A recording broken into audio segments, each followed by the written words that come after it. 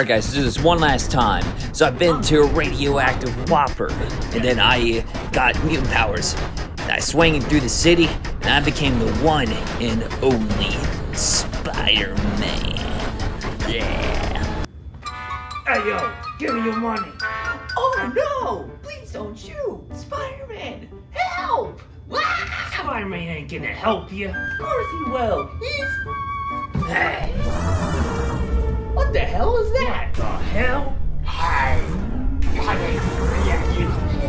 Oh, I'm out of here!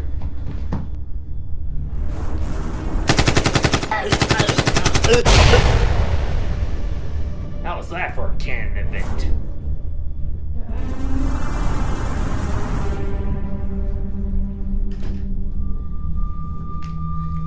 Hello everyone. Today I'm reviewing Spider-Man Across the Spiderverse, one of the big blockbusters of this summer. And man, this summer is packed with great stuff, and this is one of them. I gotta say, this movie, it was amazing, just like the first one. The first one was a surprise for everyone, and honestly, when I saw the first trailer for this one, I didn't really know what to expect out of this one. I honestly was a little bit worried about what I was gonna get out of the sequel. And then I got surprised again. I was like, wow, what did I just watch?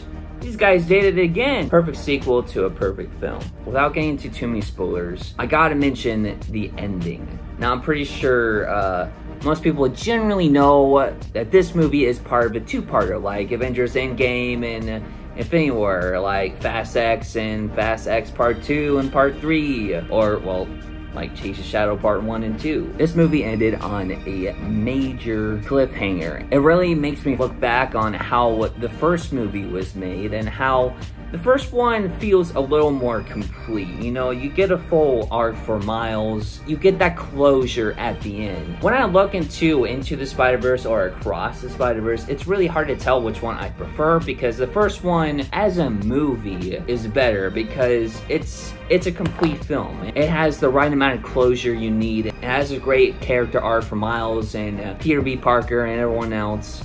And the first one is a little lighthearted. While with this one, it's a little bit darker, and it really leaves you on the edge of your seat. This one really keeps you engaged. You leave the theater really wanting more, and I'm pretty sure a bunch of people cannot wait till the next one. I mean, it's kind of like what they did with The Walking Dead Season 6. Alright, with The Walking Dead Season 6, that's not how you want to do a cliffhanger, but with this one, they did a cliffhanger pretty well. They had some exciting things happen that make you want to see what's gonna happen next. So yeah, this movie doesn't really feel complete, but there's enough compelling storylines going on there, and I cannot do this review without mentioning the animation. Wow, they really topped the original with the animation here. They put so much work into it. They took 4 years to do the whole Spider-Man chase sequence. You really tell they put a lot of love into making this. So, like, this movie is literally art.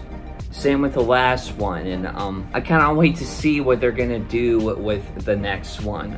I really like the different interpretations of each universe. Each universe has its own art style, and I gotta say, my most favorite art style is Gwen's universe. Like, you know, between the shots with Gwen and her father, like, the background changes. There's some good symbolism between each shot. It has a very creative cinematography there, and I loved how super creative they got with this one.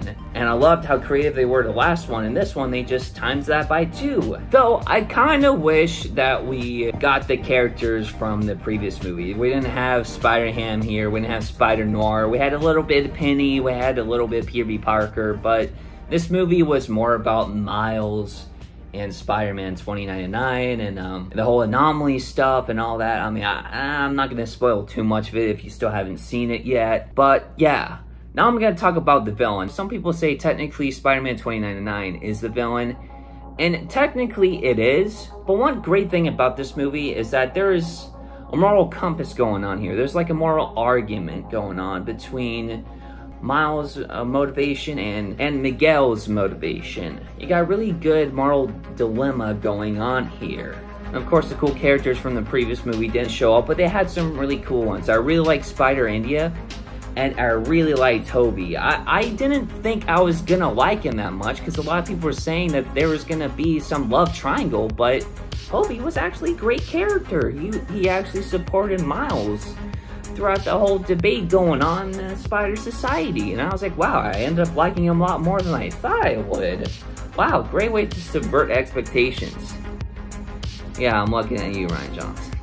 And also, I gotta talk about another villain, Spot. I really liked the art that they did with Spot. It was basically a laughing stock in the beginning. I really liked how he progressively got more skilled with his powers, and he just became a menace. If you guys didn't know, he was the guy that Miles threw a bagel at in the first movie, and I really like how they took a little bit and they transformed that into a villain motivation.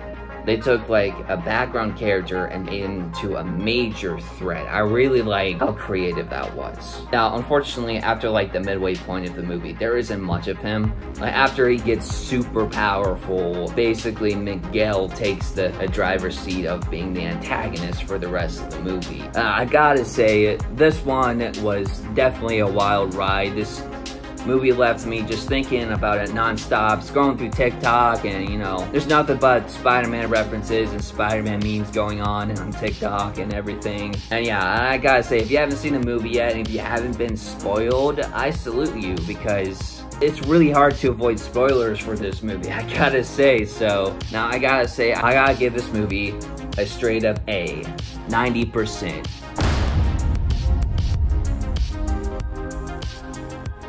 It's that type of movie where either it's just as good as the predecessor, or it's just a little bit worse than the first, but nothing by a large margin. Like, this movie was just another home run for Sony, and I cannot wait for the next one. Now, I'm pretty sure after watching the next one, I'm pretty sure after Beyond the Spider-Verse comes out, it'll probably change my perspective of this movie a little bit, because really, Across the Spider-Verse and Beyond the Spider-Verse are really supposed to be one movie, and you really feel that. I mean, I know, like, watching towards the end, I already knew that there was gonna be a cliffhanger, so there was just like a lot of moments where I felt like it was gonna end right there, but it kept going until it really got good, and I'm like, okay, well, they're definitely gonna end there, and then they eventually did. Now, luckily, with the next one, there won't be that, but I don't know, this feels almost like an Empire Strikes Back to me, or like an Infinity War. But with Infinity War, there was a good climax there. With this one, there really wasn't, but it didn't feel like it was majorly required. It really left you at the edge of the seat enough to be like, okay, now I gotta see the next one. I really want to see it. Smart marketing move. The next movie is gonna make a lot in the box office, I guarantee it. Well, anyways, once again, make sure to leave a review on Chase's Shadow Part 1 and 2, and leave your thoughts and comments on this movie and your predictions for Beyond the Spider-Verse on the comment section below. Until then, I'll see you guys later.